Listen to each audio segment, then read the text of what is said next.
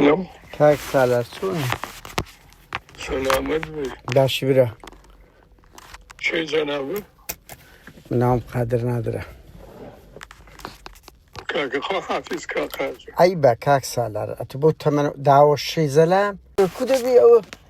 بجنو بج بأشكو داتي قباد دكا لترسان أزانيت أو وقتي كنا من منال لو أنا كتابي عند نسي أسا تسنتر سنوك بوينا هزاران كست بكشتن دا لدجيبنا مالي بارزاني جني بارتي بحمله بمكسي لا بجدر ليد دايا لسليماني كاك والله عيبا أنجو أو ضلالي إسالو أو دا صلاة دا كانوا بشتان لو ملتي كرديا قومي بناوي أو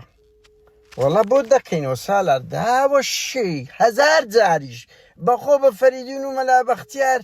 أوانا ديان هزار جنزي كرديان دج أنتي فير مالي بارزاني كرسبوين ضلالي يعني قساني لسا أورو شي قندلي نازم تي هيج قسانية بس ما تحسناي بارزانيان هي كاكا إنسان قصك عزت نفسه شهامتي دبي هاقرا سالار هاقرا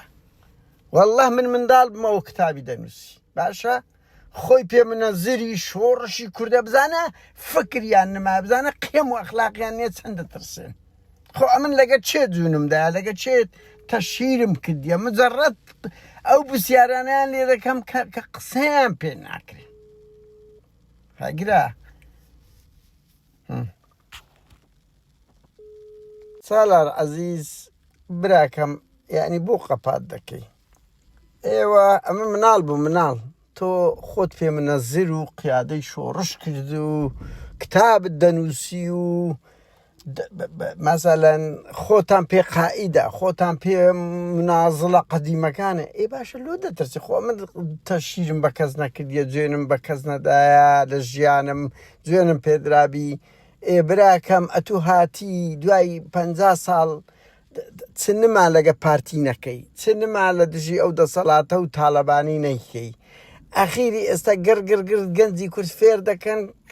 متعو سناي أو بنا مالي بارزاني بك كأتو كبشاق وشاب لجني بارتي دا حمني أبوه مكسي زردي هي كاك خلقك خوتي بسيارة اللي بك ورا بابا ورا أو تحولا يعني برو داوي اللي بردون بك لو خلقاني بكشتان دايا لو خلقاني كفيرة أو فكرة تانكر دا دجي مالي بارزاني داوای لێ بردون لەو پارتیانە بکە کە لێتدایە تەنیا لەسەر جری زەرد ئەگەنا ئەوە ناکرێ بڵێ هەڵدێم ژیان وایە ساڵە لە من باشتر دەزانی ژیان ئاوایە ئینسان کە ڕەفتارێکی کرد لەسەری دەبتە تاریخ وەڵای لەو ئەوروپا لەو سویدەش تووشت بم نییە میواندارێکی باشت دەکەی باشە ئەنگۆ جیلێکتان فەوتاند ئێستاکەش دژی مەبادیعەکانی خۆتان هەڵدەسوڕێن و قسە و لێدوان دەدەن نەشەرم لە مێژوتان دەکەن نەشەرم لە تاریخ دەکەن نەشەرم لە چاواشەی میلەت دەکەن ئەوەی دوێنێ کە پێتان مەسعود بارزانی لە شاخ لە چاو ئێستا ئەرزوو ئاسمانی فەرق بوو ئەو دەمی دژی بوون کە لە شاخ بوو ئێستا بوویتە ملیاردێر نە قسەی ناکەی بە شانی و باڵی هەڵدەدەی براکەم عیبە تاریخی ژیان هەر پارە و نییە زەلۆ چش معاششی زەلیل